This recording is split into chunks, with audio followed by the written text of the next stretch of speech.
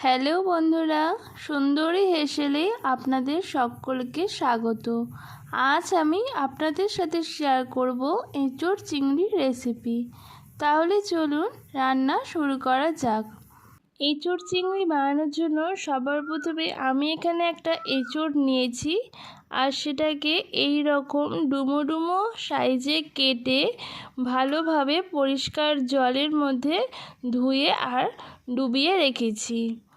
এরপর গ্যাসের ফ্লেমটা আমি অন করে দিয়েছি, আর একটা কড়াইয়ের মধ্যে আমি কিছুটা পরিমাণে জল নিয়েছি। এরপর এর মধ্যে দিয়ে দিচ্ছি 1 চা চামচ পরিমাণে হলুদের গুঁড়ো। এরপর আমি এই হলুদ গোলা জলের মধ্যে একে একে এঁচোড়ের টুকরোগুলোকে দিয়ে দেব। আমি এঁচোড়টাকে ভালো মতো সেদ্ধ করে নেব। আর এই এঁচোড়টা আমার সেদ্ধ হতে সময় লেগেছে 10 মিনিটের মতো।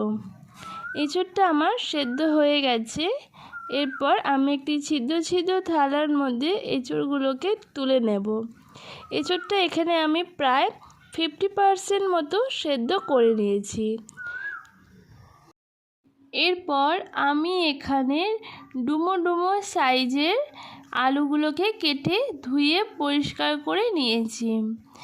এরপর আমি আলুগুলোর মধ্যে দিয়ে দিচ্ছি স্বাদ মতো লবণ, আর আমি এর মধ্যে অ্যাড করছি কিছুটা পরিমাণে হলুদের গুঁড়ো।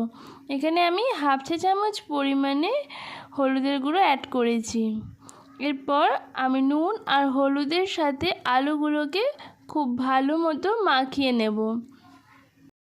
এবার আমি আলুগুলোকে ভেজে নেব। তার জন্য একটা কড়াইয়ের মধ্যে আমি কিছুটা পরিমাণে সরষের তেল নিয়েছি। তেলটা আমি খুব ভালো মতো গরম করে নিয়েছি। তেলটা গরম হয়ে আসলে এর মধ্যে আমি নুন আর হলুদ মাখিয়ে রাখা আলুগুলোকে একে একে ছেড়ে দিচ্ছি। এরপর আমি খুব ভালোভাবে আলুগুলোকে ভেজে নেব। আলুগুলোকে একটু হালকা ব্রাউন কালার আসা পর্যন্ত আমি ভাজবো। দেখুন আমার আলুগুলো কিন্তু ব্রাউন কালার চলে এসেছে। এরপর আমি একটি ছান্তার সাহায্যে এগুলোকে কড়া থেকে তুলে একটি বোলের মধ্যে রেখে দিচ্ছি। যেহেতু এঁচোড় চিংড়ি বানাবো, সেই জন্য আমি এখানে চিংড়ি মাছ নিয়েছি 200 গ্রাম। খুব ভালোভাবে ধুয়ে আমি পরিষ্কার করে নিয়েছি। এরপর এর মধ্যে আমি দিচ্ছি 1/2 চা চামচ পরিমাণে হলুদের গুঁড়ো আর 1/2 চা চামচ পরিমাণে লবণ, আর দিচ্ছি 1 চা চামচ পরিমাণে কাঁচা সরষের তেল। নুন, হলুদ আর তেলের সাথে খুব ভালো মতো চিংড়ি মাছটাকে ম্যারিনেট করে নেব। চিংড়ি মাছটা কিন্তু আমি ম্যারিনেট করে 5 থেকে 10 মিনিটের মতো রেস্টে রেখেছিলাম।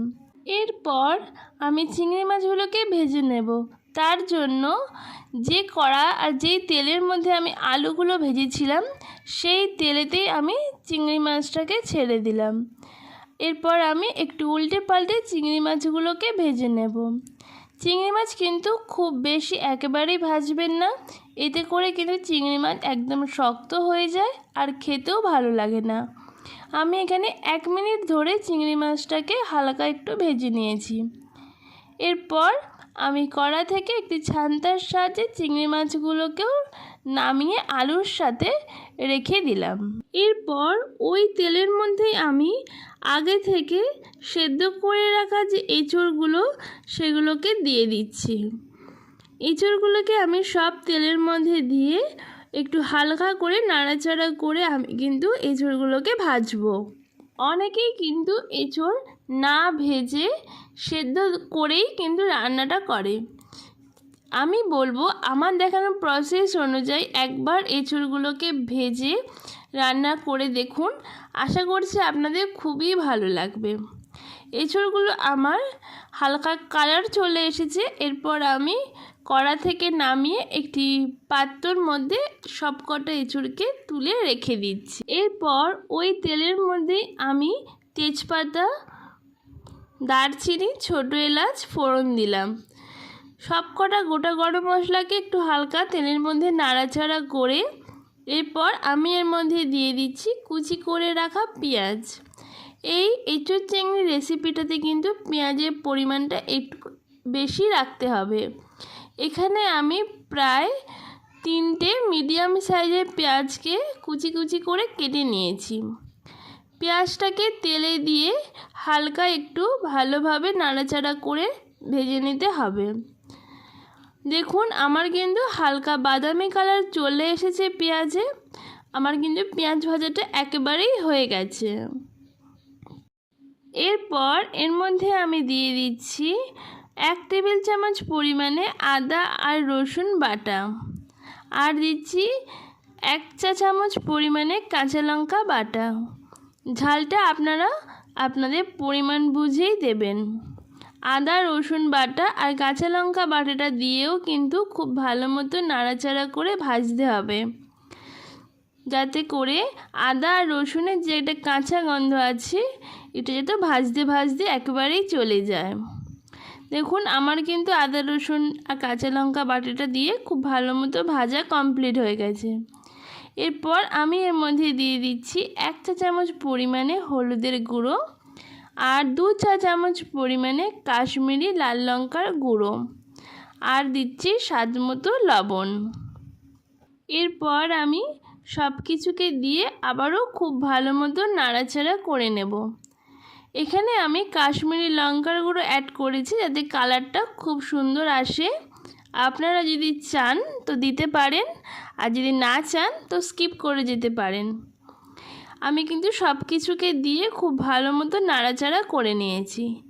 এরপর এর মধ্যে আমি অ্যাড করছি টমেটো বাটা। এখানে আমি মিডিয়াম সাইজের 2টো টমেটোকে ভালো মতো বেটে নিয়েছি। আমি এখানে টমেটো বাটা দিয়েছি, তবে আপনারা যদি চান টমেটো কুচিও দিতে পারেন। টমেটো বাটাটা দিয়েও কিন্তু আমি খুব ভালো মতো এটা নাড়াচাড়া করে নেব, যাতে টমেটোটা থেকে খুব ভালো মতো তেল ছেড়ে আসে। দেখুন আমার কিন্তু টমেটো থেকে তেল ছেড়ে এসেছে। এরপর আমি এর মধ্যে দিয়ে দিচ্ছি 1/2 চা চামচ পরিমাণে জিরের গুঁড়ো, 1/2 চা চামচ পরিমাণে ধনের গুঁড়ো আর 1 চা চামচ পরিমাণে গরম মশলা গুঁড়ো। ব্যাস, আমি আর এই রেসিপিতে কোনো রকম মশলা অ্যাড করব না। আমার সব মশলা দেওয়া কমপ্লিট হয়ে গেছে, আর মশলাগুলোকে দিয়েও আমি কিন্তু খুব ভালো মতো একটু কষিয়ে নিচ্ছি। আর এই মশলা কষার সময় কিন্তু অবশ্যই একটু জল দেবেন। আমি কিন্তু এখানে 1/2 কাপ পরিমাণে জল দিলাম। জলটা দিয়ে আবারও খুব ভালো মতো মশলাগুলোকে কষিয়ে নেব। মশলা কষার সময় যদি একটু আপনারা জল দেন তাহলে কিন্তু মশলাটা কষাতেও খুব সুবিধা হয়, আর মশলাগুলো পুড়েও যাওয়ার সম্ভাবনা থাকে না। আমি কিন্তু খুব ভালো মতো সময় নিয়ে মশলাটা কষিয়েছি। দেখুন মশলা থেকে কত সুন্দর তেল ছেড়ে দিয়েছে। এই সময় আমি একে একে আগে থেকে ভেজে রাখা এঁচোড়গুলোকে দিয়ে দিচ্ছি কড়াতে। এরপর আমি এর মধ্যে দিয়ে দিচ্ছি আলুগুলোকেও।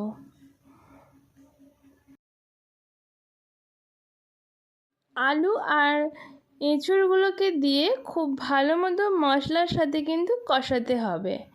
এই সময় অবশ্যই গ্যাসের ফ্লেমটা মিডিয়ামে রেখে সময় নিয়ে কিন্তু আলুর সাথে এঁচোড়টাকে ভালো করে কষাবেন। রান্না কিন্তু টেস্টি হয় কষানোর জন্যই, তাই সময় নিয়ে যতক্ষণ ধরে কষাবেন রান্না কিন্তু ততটাই টেস্টি হবে। এরপর আমি এর মধ্যে অ্যাড করে দিচ্ছি আগে থেকে ভেজে রাখা চিংড়ি মাছগুলোকে। চিংড়ি মাছগুলোকে দেবার পরেও কিন্তু আমি একটু হালকা হাতে সব কিছুকে ভালো মতো কষিয়ে নিচ্ছি। দেখুন আমার কিন্তু কষানো প্রায় হয়ে গেছে। এরপর আমি এর মধ্যে দিয়ে দেব জল।